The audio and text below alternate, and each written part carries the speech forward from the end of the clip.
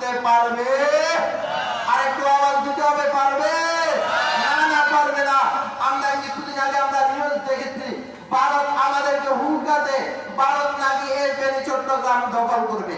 ভারত নাকি কি দখল করবে? ফেনী দখল করবে।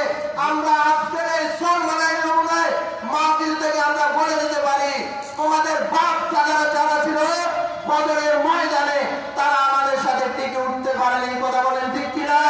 ওহুদের ময়দানে তারা আমাদের সাথে খেলতে পারে নাই, খন্দকের ময়দানে তারা আমাদের সাথে খেলতে পারে নাই।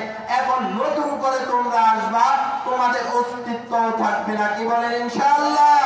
অতএব আমরা সতর্ক করে দিতে চাই, মুসলমানদের সাথে খেলা করার জিনিস না। আগুনের সাথে খেলা করা যায় না। আগুনের সাথে খেলা করে কেউ টিকে থাকতে পারেও নাই, পারবেও।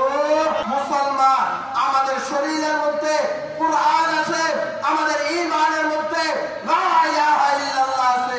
অতএব যাদের কলমে লা ইলাহা ইল্লাল্লাহ নাই, যাদের কলমে আল্লাহু আকবারের ধ্বনি নাই, তারা কোনদিন আল্লাহু আকবারের ধ্বনিওয়ালার সাথে থাকতে পারবে